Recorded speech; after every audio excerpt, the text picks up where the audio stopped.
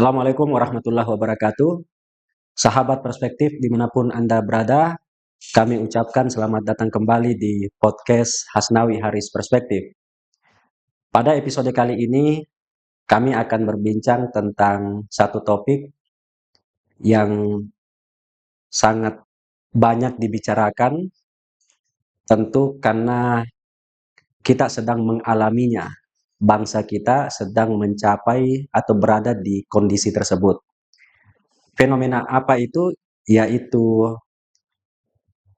bonus demografi yang sekarang ini bangsa kita sedang alami. Nah, kita akan mendengarkan perspektif edukasi dari Profesor Hasnawi Haris. Beliau adalah guru besar di Fakultas Ilmu Sosial dan Hukum Universitas Negeri Makassar, juga sebagai Direktur Eksekutif VVRC, Voters Voice Research and Consulting. Prof, topik tentang bonus demografi ini adalah topik yang belakangan ini tidak hanya ramai dibicarakan oleh kalangan kampus, tapi juga dibicarakan oleh masyarakat umum, masyarakat banyak. Nah, kita perlu memberikan perspektif, edukasi sekaitan dengan topik tersebut. Untuk bisa dimengerti dengan baik, dengan utuh,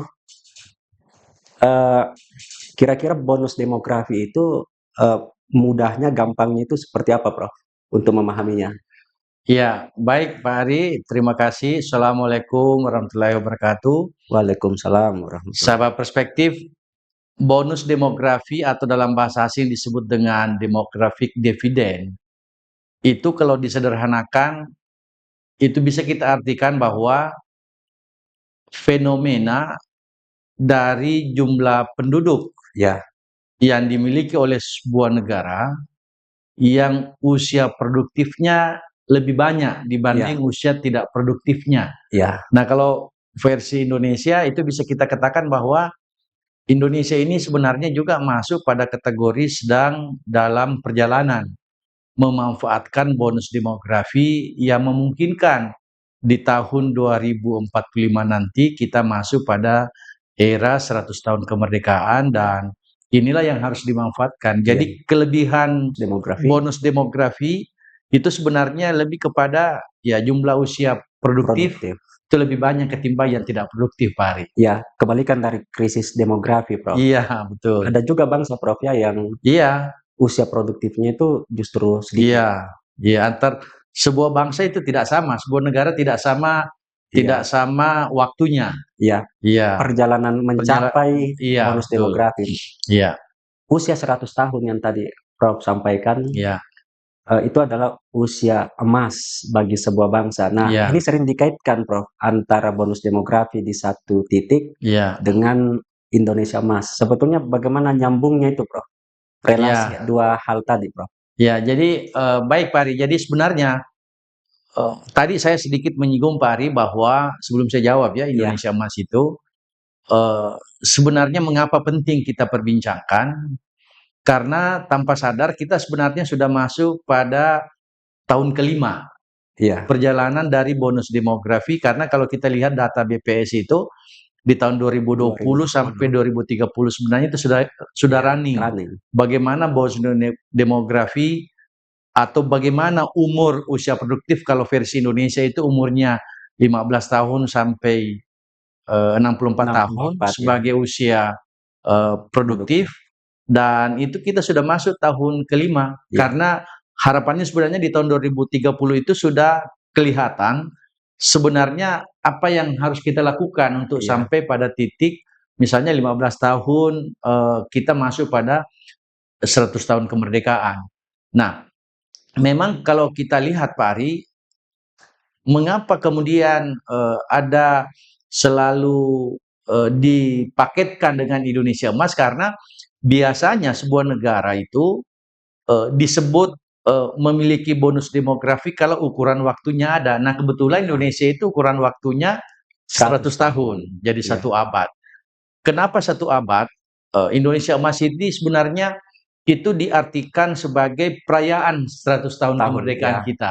Jadi di tahun 2045 yang akan datang, di mana bangsa kita itu akan berumur 100 tahun, dan di saat itulah kita bisa mengatakan bahwa Indonesia itu akan menjadi sebuah negara Nusantara yang berdaulat, sebuah negara Nusantara yang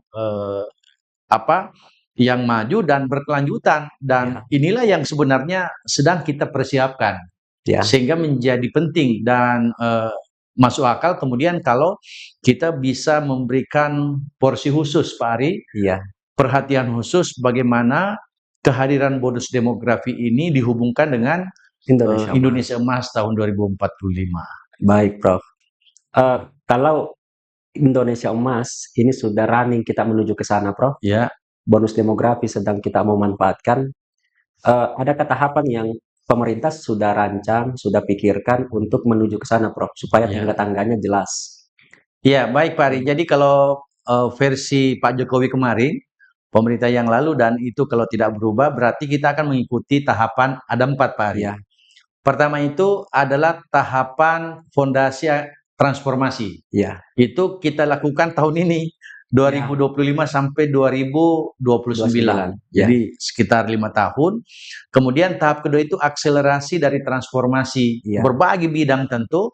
Itu dicanangkan 2030 sampai 2034 Nah, ini percepatan, Prof, percepatannya. Terus bagaimana kita di tahap ketiga itu sampai pada ekspansi global. Jadi itu sudah siap untuk soft landing di 2045 itu. Jadi ekspansi globalnya itu mulai dari 2035 sampai 2039. Ini daya saing bangsa, Prof. Daya saing bangsa kita di sana di kondisi global itu. Kemudian yang terakhir kita sudah mewujudkan Indonesia Emas. Harapannya tentu menurut tahapan ini itu 2040 sampai 2045. Nah, tahapan inilah yang sebenarnya kita harus kawal, Pak Ari. Mengapa kita harus kawal? Karena bisa membuat bangsa ini kemudian tidak maju. Bisa membuat bangsa ini kemudian, mohon maaf, daya saingnya rendah karena tidak memanfaatkan bonus demografi yang ada. Jadi 4 tahapan tadi itu semacam peta jalan, Prof, betul, menuju Indonesia Emas. Dan sangat betul. mungkin trouble di salah satu tangga tadi, Prof. Kalau betul tidak disiapkan dengan baik bonus demografinya. Karena kita sedang mengalami bonus demografi, Prof. Indonesia Emas kita sudah canangkan ke tangga-tangganya, Prof, tahapannya. Tentu kita juga sudah harus menyiapkan, Prof. Karena boleh jadi ada ancaman, ada tantangan, karena yang namanya program ada kelebihan kekurangannya, Prof. Itu bagaimana kita harus mengatasinya atau menghadapinya, Prof? Pak Ari, kalau kita coba hubungkan antara bonus demografi dengan Indonesia Emas 2045 yang sebenarnya juga ada generasi emas di situ. Tapi kan yang kita masuk generasi emas adalah generasi muda yang hidup di tahun perjalanan itu. Yang pertama itu dampaknya positif. Bisa kita lihat, Pak Ari, sebenarnya karena kita bicara tentang bonus demografi, sesungguhnya itu lebih banyak di sektor ekonomi. Jadi bagaimana kemajuan ekonomi bangsa kita dengan memanfaatkan tentu bonus demografi yang ada, bahkan sebenarnya dianggap kalau ini dikelola dengan baik, Indonesia bisa menjadi negara superpower ke-6 dari sisi ekonomi. Jadi kita akan maju nanti tahun 2045 itu. Nah, itu dari sisi kemajuan ekonomi. Terus yang kedua, tentu kita juga berharap bahwa sesungguhnya dengan bonus demografi yang ada ini, itu terbuka peluang kerja yang semakin besar. Karena yang tadi hubungannya dengan jumlah usia produktif yang 70% yang berumur 15 sampai 64 tahun itu semakin banyak. Artinya semakin banyak juga peluang lapangan kerja. Nah, di saat yang lain, Pak Ari, tentu saja kita bisa melihat bahwa selain sektor ekonomi tadi, sektor-sektor pemerintah atau sektor-sektor yang lain termasuk sektor pendidikan yang menjadi cloud dari pembangunan itu juga harus atau dia juga mengikuti irama perkembangan itu, sehingga sektor ini itu saling support jadinya. Jadi dia multiple effect player-nya itu lebih tampak. Kenapa? Karena sektor lain ini juga ikut. Jadi kan teorinya memang begitu, Pak. Jadi kalau ekonomi sudah berkembang, maka yang lain ini bisa bisa bergerak, ikut bergerak dan itu bisa lebih maju. Iya. Kemudian memang ini seperti Pak Ari sampaikan tadi, selain dampak, sebenarnya tantangannya berat Pak Ari.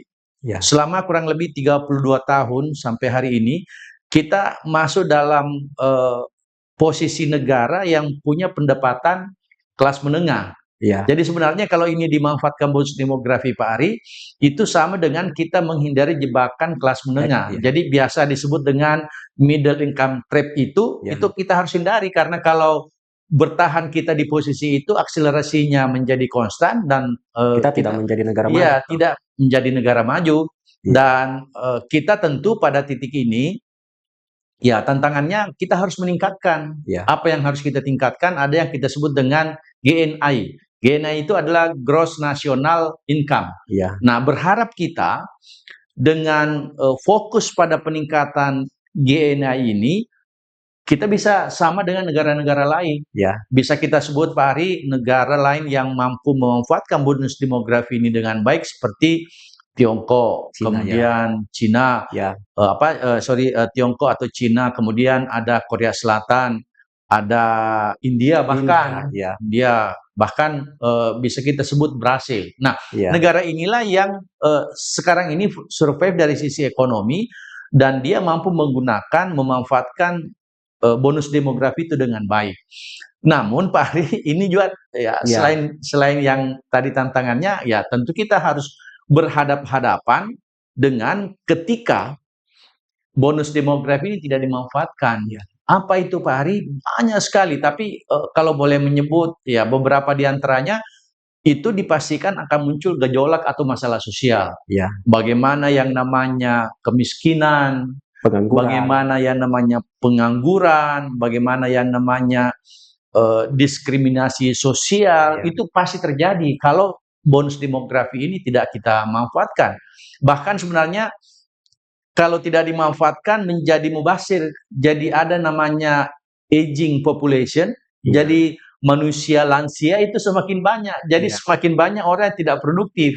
Nah, kalau tidak dimanfaatkan, artinya umur produktif ini tidak termanfaatkan dengan bagus, sehingga akan ada titik 64 tahun ke atas itu menjadi manusia lansia yang mohon maaf dianggap tidak produktif. Nah, itu kemudian sekali lagi Pak Ari, saya juga ingin mengatakan bahwa kalau bonus demografi ini tidak dimanfaatkan, maka itu berarti bahwa kualitas SDM kita pada titik terendah sebenarnya. Karena apalagi sumber daya alam kita cukup banyak, kemudian sumber daya manusia yang mestinya dengan bonus demografi ini dimanfaatkan dengan sebaik-baiknya, karena ya umur 70% itu bukan jumlah angka yang sedikit Pak Ari. Umur produktif 15-64 tahun itu kalau bergerak secara simultan membangun bangsa ini, saya kira impian tahun 2045 sebagai negara superpower, terutama dari sisi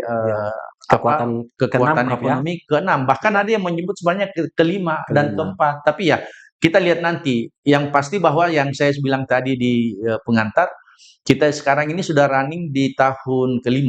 Sudah take off, Prof. Ya, sudah take off. Jadi 2020, sekarang sudah 2025, itu bisa kita lihat seperti apa sebenarnya kesiapan kita memasuki Indonesia 100 tahun kemerdekaan di saat Indonesia emas itu. Baik, Prof. Ini tentu menjadi harapan, sekaligus ada kekhawatiran di sana. Nah, untuk mengatasi itu, Prof, bonus demografi justru menjadi beban demografi, Prof. Iya. Apa yang harus kita lakukan, Prof, untuk menyiapkan menghadapi itu? Iya, betul. Ini pertanyaan menarik, Pak Ari. Jadi ini kunci sebenarnya. Perjalanan waktu dari tahun 2020, kalau kita mau potret dari sisi pergerakan Indonesia emas dengan bonus demografi ini, ya satu hal yang harus bisa dipastikan adalah kebijakannya harus tepat. Kebijakan itu harus tepat pada sektor katakanlah pendidikan. Saya kira tidak lagi kita bangsa ini dalam posisi selalu pro kontra kurikulum apa yang harus kita pakai. Mestinya kita sudah tanggalkan, bahkan sudah tinggalkan posisi berpikir seperti itu, karena harusnya fondasi di tahun 2020 sebenarnya itu sudah sudah running. Apa yang harus kita lakukan untuk sampai pada titik 2045 itu sudah harus jalan sebenarnya. Jadi cetak birunya sudah ada mestinya. Nah, sehingga menurut saya ya tidak ada kata lain, kebijakan dalam dunia pendidikan harus tepat. Begitu pula dari sektor kesehatan. Dari sisi pembangunan di kesehatan ini kan menentukan. Bonus demografi tentu itu ekuivalen dengan manusia sehat. Tidak berarti bahwa umurnya dia 15 sampai 64 tahun tapi tidak sehat, tentu juga tidak produktif. Ini kan tipologi 15-64 itu kan tipologi angka. Angka yang menunjukkan bahwa mereka usianya produktif, tapi kalau mereka tidak sehat, kalau sakit-sakitan tidak produktif juga. Jadi menurut saya kebijakan yang tepat, sektor yang kedua adalah kesehatan. Nah, kalau ini bisa jalan, maka saya percaya karena ini kita ingin bertumbuh menjadi negara yang hebat, maka penciptaan lapangan kerja keniscayaan. Karena semakin banyak anak-anak kita, semakin banyak generasi produktif itu jumlahnya cukup banyak, kan menjadi tidak penting juga mereka jumlahnya banyak tapi tidak ada lapangan kerja. Kualitas tidak ikut. Kualitas tidak ikut situ. Sehingga kalau menurut saya harus ada penciptaan lapangan kerja secara besar-besaran agar bonus demografi tadi yang umur 15 sampai 64 tahun itu bisa memanfaatkan. Terus yang kedua Pak Ari, ini kata kunci juga bahwa kita tidak boleh lagi setengah-setengah mempersiapkan sumber daya manusia yang memang berkualitas.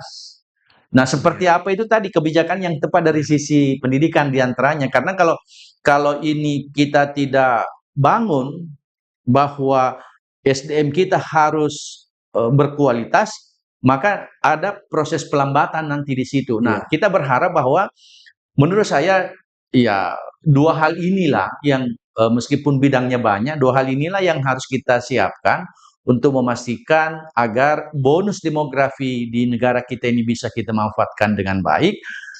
Lalu kemudian kita soft landing di Indonesia Emas 2045. Saya kira itu Pak Ari. Baik Prof.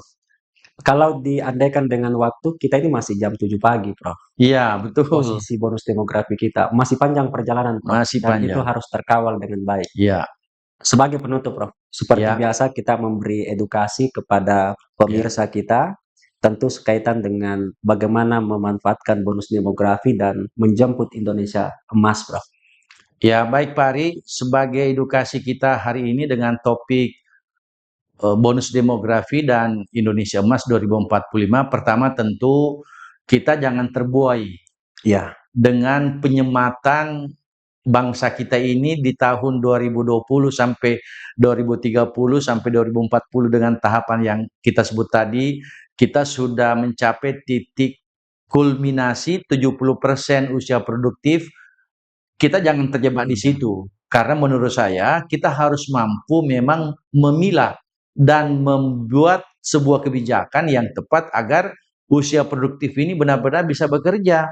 Karena kan proses yang akan kita bangun ini menuju Indonesia yang kita harap menjadi bangsa yang berdaulat, maju berkelanjutan, itu memang membutuhkan kesabaran, katakanlah seperti itu, dan budaya yang kita anggap dari masyarakat bisa menerima itu. Nah, terus yang kedua, tidak hanya jangan kita terbuai dengan bonus demografi karena salah penanganan manajemen yang keliru. Kita bukan untung, kita malah buntung.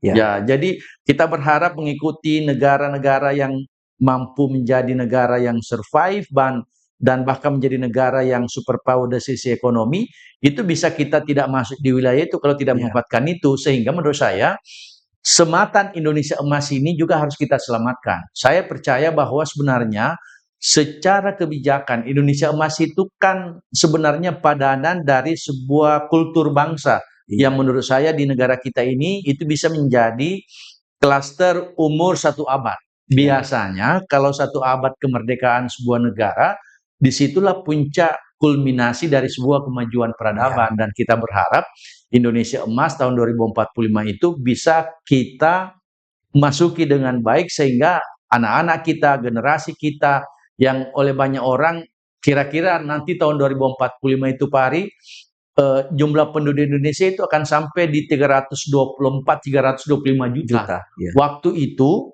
ketika itu 2045, Indonesia betul-betul harapannya bisa menjadi negara superpower, dan kalau ini bisa terjadi, kita akan menjadi bangsa yang besar, menjadi bangsa yang sangat disegani oleh bangsa lain, karena kita sudah memiliki banyak kekuatan-kekuatan yang membuat kita bisa menjadi sebuah bangsa yang tentu saja dibanggakan oleh rakyatnya.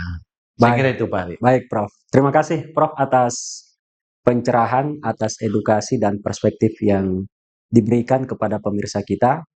Sahabat Perspektif, dimanapun Anda berada, demikianlah perbincangan kami. Terima kasih sekali lagi, Prof. Siap. Sampai jumpa pada episode selanjutnya. Pahami lebih dalam, edukasi tanpa batas, dan salam perspektif. Salam perspektif. Wassalamualaikum warahmatullahi wabarakatuh.